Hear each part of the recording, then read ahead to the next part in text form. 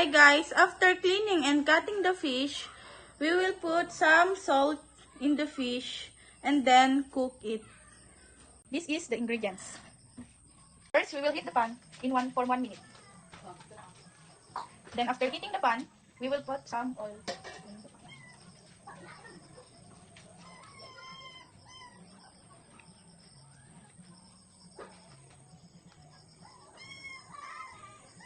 Then wait until the oil is hot. After heating the pan for 2 minutes, we will put the fish in there.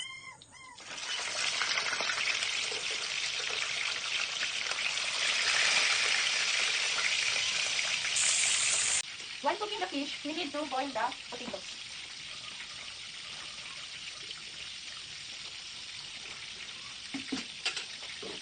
Before boiling it, don't forget to wash it first.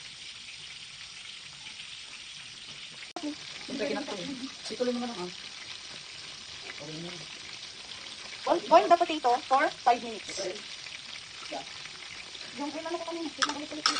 Boil the potatoes for 5 minutes.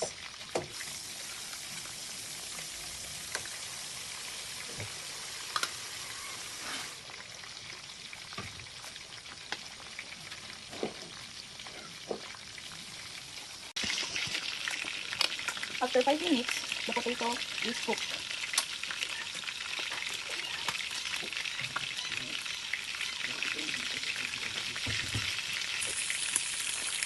Check also the fish is cooked already.